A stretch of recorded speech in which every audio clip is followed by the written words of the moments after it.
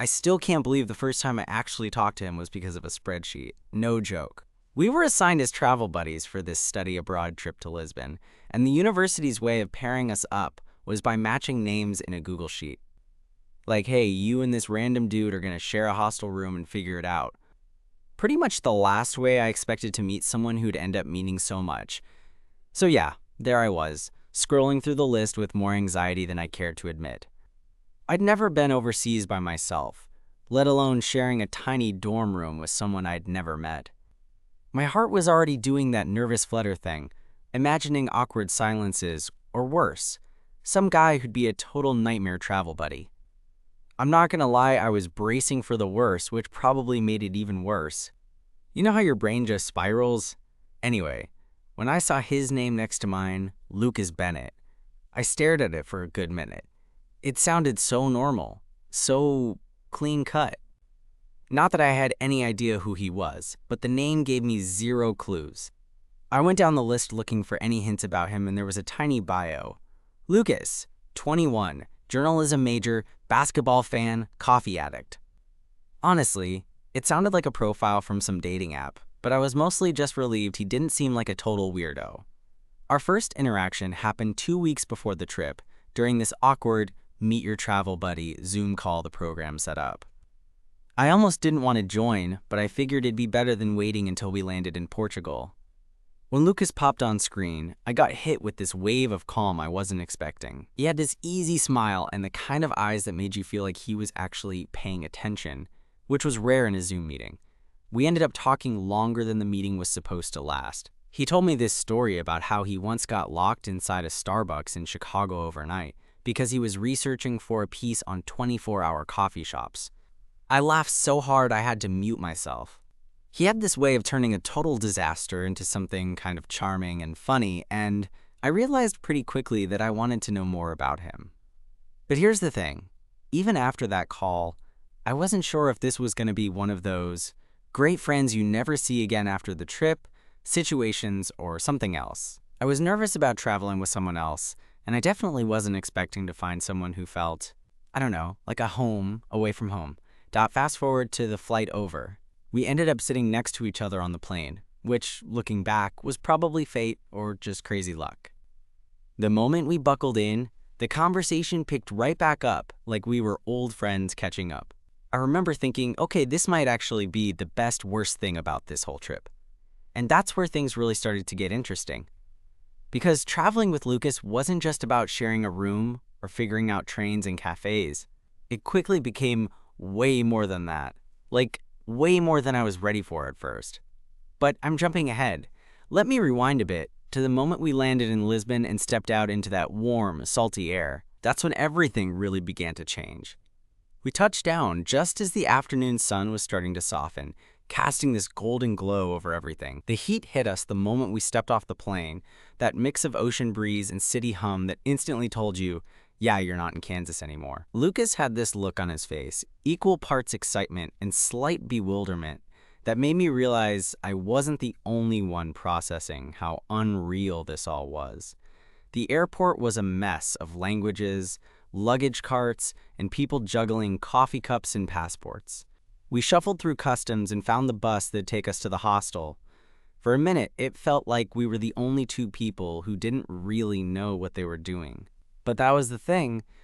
We had each other, however awkwardly paired, and that kind of made the whole thing less terrifying. Our hostel was this old building squeezed into a narrow street lined with cobblestones. The kind of place that looked like it'd been there forever, with peeling paint and balconies bursting with plants. Inside, it smelled faintly of old wood and detergent, a weirdly comforting combo. We got assigned a room on the 3rd floor, which was lucky because the creaky wooden stairs made me feel like I had stepped into some kind of time capsule. As soon as we dropped our bags, Lucas pulled out this crumpled map he'd printed from some travel blog. Okay, so we've got 5 days here. What do you want to see? He asked, his tone casual, but with this spark that told me he was already thinking beyond the usual tourist spots. I shrugged, not wanting to sound lame. Honestly, I don't even know where to start. I've read about the trams and the castles, but I guess I just want to soak it all in. He nodded like that made perfect sense. Me too. I want to feel the city, not just check off a list. That's when I noticed how his eyes lit up whenever he talked about exploring. He had this way of making everything sound like an adventure waiting to happen, and it was kind of contagious. That evening, after a quick shower and some half-hearted attempts at unpacking, we decided to wander out and grab something to eat. The streets around the hostel were alive with people, locals chatting animatedly at tiny cafes and tourists like us fumbling with menus. We ended up at a tiny place with plastic chairs and the most incredible smell of grilled sardines and garlic. Lucas ordered for both of us, and while I tried the sardines, surprisingly good by the way, he told me about why he'd chosen journalism. I like stories that feel real, not just the flashy headlines, but the stuff underneath. His voice was low, almost like he was sharing something private. I found myself opening up too, telling him about how I'd always been more of a bookworm, the kind of guy who prefers quiet nights with a good story over loud parties. It felt weirdly easy, like the usual walls I put up just melted away. After dinner, we walked for a while, following the sound of some street musicians playing fado.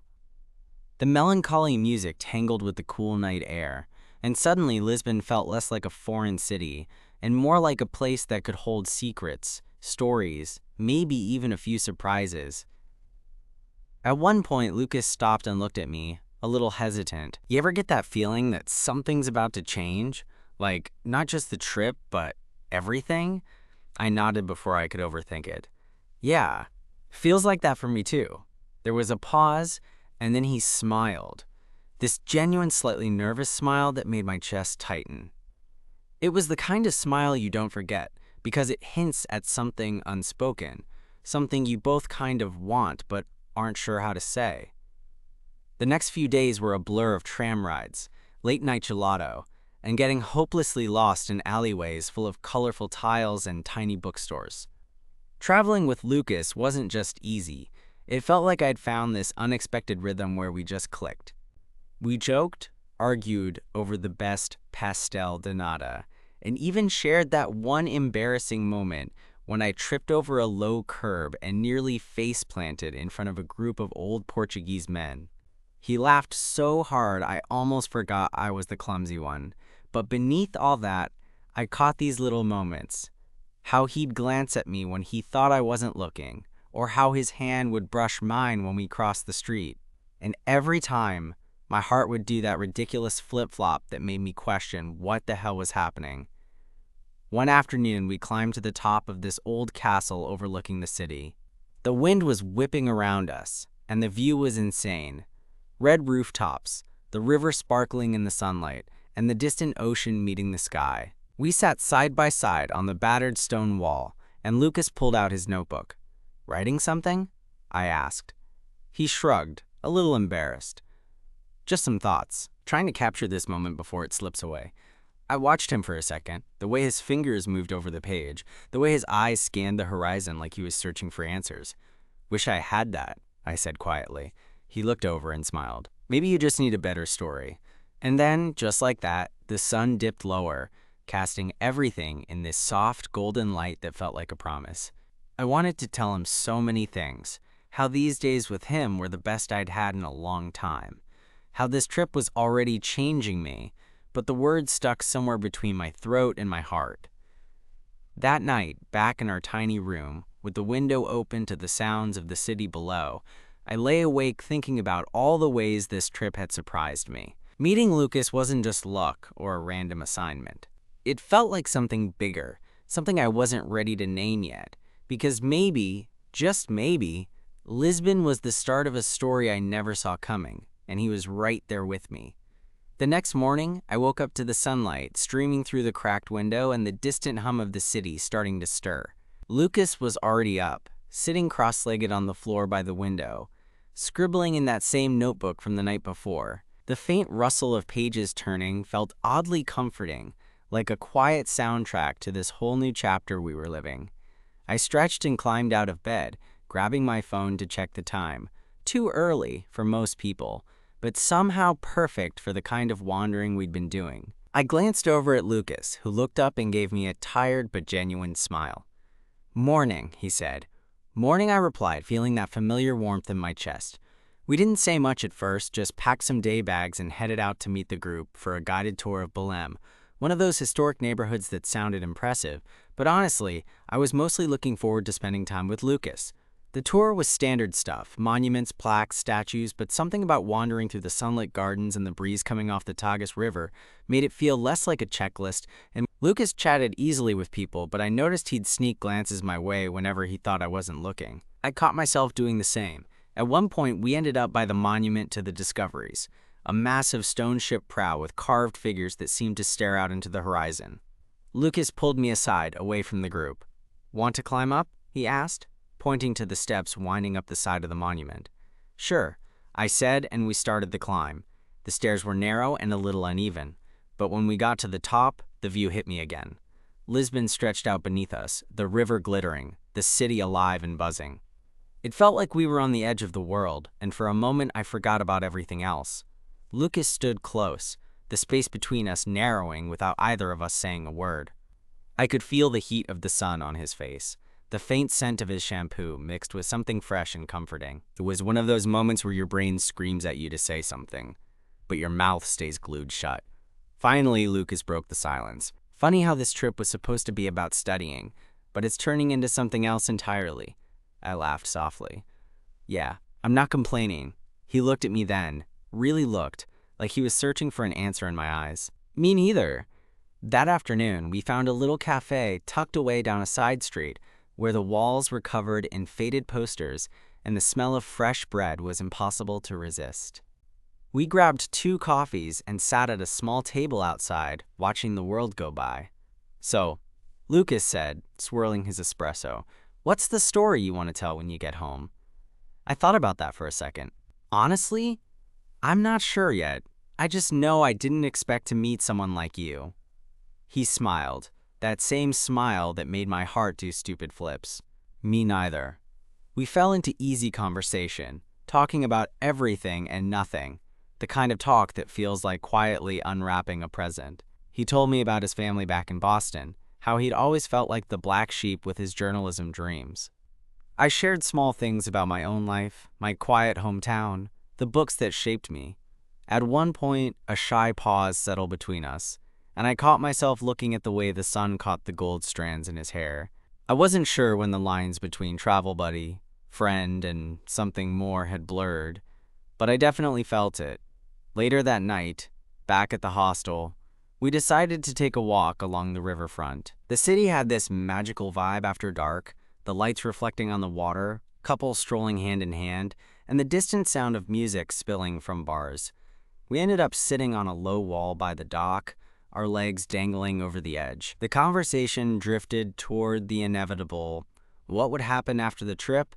What life looked like back home? "I don't want this to end," Lucas said quietly.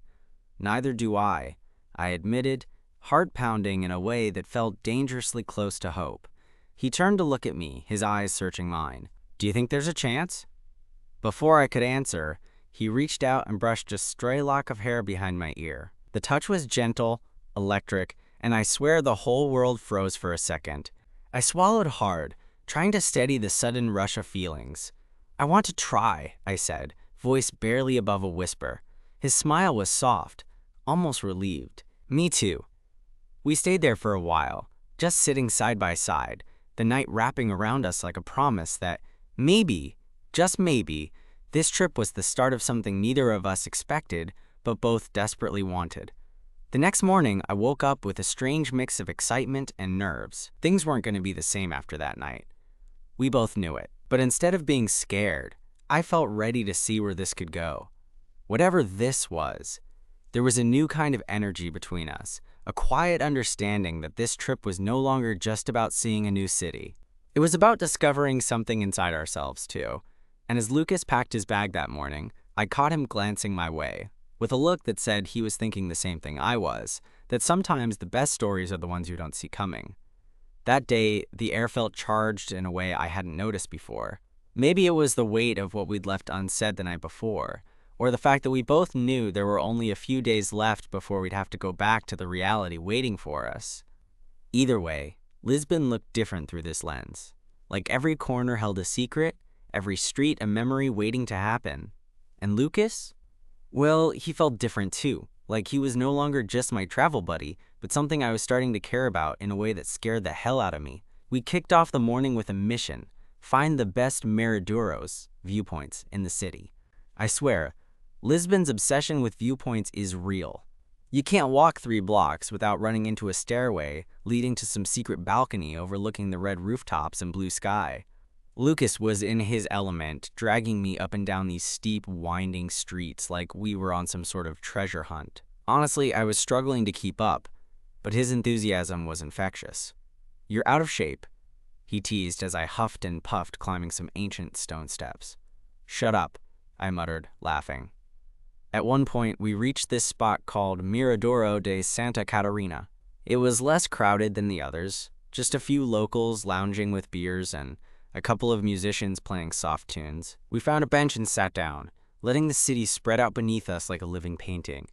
Lucas pulled out his notebook again, flipping through pages filled with scribbles and sketches. "You ever think about just dropping everything and moving somewhere completely new?" he asked, eyes fixed on the horizon. I shrugged, feeling the weight of the question. "Sometimes. But then I remember I don't even know what I want yet." He nodded, then turned to look at me. "Maybe that's the point. Not knowing. The not knowing is where the adventure starts." There was something about the way he said that, like he really meant it, that made me want to believe it too. We sat in comfortable silence for a while, watching as the sun climbed higher and the city buzzed beneath us. Then Lucas surprised me by reaching over and grabbing my hand. His fingers were warm, his grip gentle but sure. My heart did that stupid flip again, and I squeezed back without thinking. "Hey," he said, voice low, "we don't have to figure everything out right now." "No, we don't." I agreed, feeling this strange mix of relief and something else. Hope, maybe. The rest of the afternoon was a blur of exploring tiny bookstores, eating way too many pastries, and getting caught in a sudden rainstorm that had us laughing and soaked to the bone. We ducked into a small cafe, dripping and shivering, and ordered 2 hot chocolates that tasted like a hug in a mug. Lucas leaned forward, the warmth from the cup mingling with the warmth spreading through me. "You know," he said, "I never imagined that getting stuck with a random travel buddy would be one of the best things to happen to me this year." I smiled, feeling that same weird, wonderful feeling. "Yeah, me neither." That night, back in our room, the energy between us was different, less tentative, more charged. We found ourselves sitting side by side on the narrow beds, talking about stuff we hadn't dared to say before. About fears. About what scared us. About the stuff we thought no one really understood. Lucas looked at me, his eyes tracing the lines of my face like he was seeing me for the first time. "Do you ever think about what happens after this trip? Like, us?" I swallowed hard, heart pounding so loud I thought he might hear it. "All the time." There was a pause, and then he reached out, fingers brushing mine. "I don't want this to be just a summer thing." "Me neither," I whispered. The silence stretched between us, heavy and full of promise.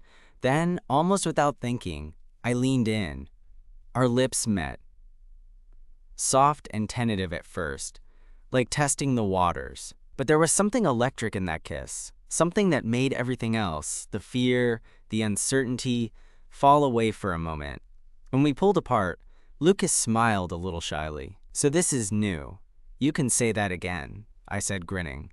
The next few days flew by in a haze of stolen moments and whispered conversations. We explored Lisbon with a new kind of closeness, sharing inside jokes and quiet smiles that made the world feel smaller and safer. But beneath the joy, there was this constant undercurrent of reality pulling at the edges. We both knew that soon, we'd have to step back into our separate lives.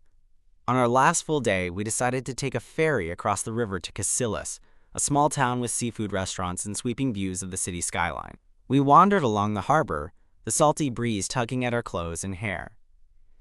We found a quiet spot on the rocks, sitting close as the sun dipped toward the horizon. Lucas rested his head on my shoulder, and I felt an ache I couldn't name. "I'm going to miss this," he said softly. "Me too," I admitted.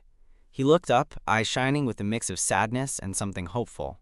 "Maybe this doesn't have to end when we fly home." I turned to him, heart racing.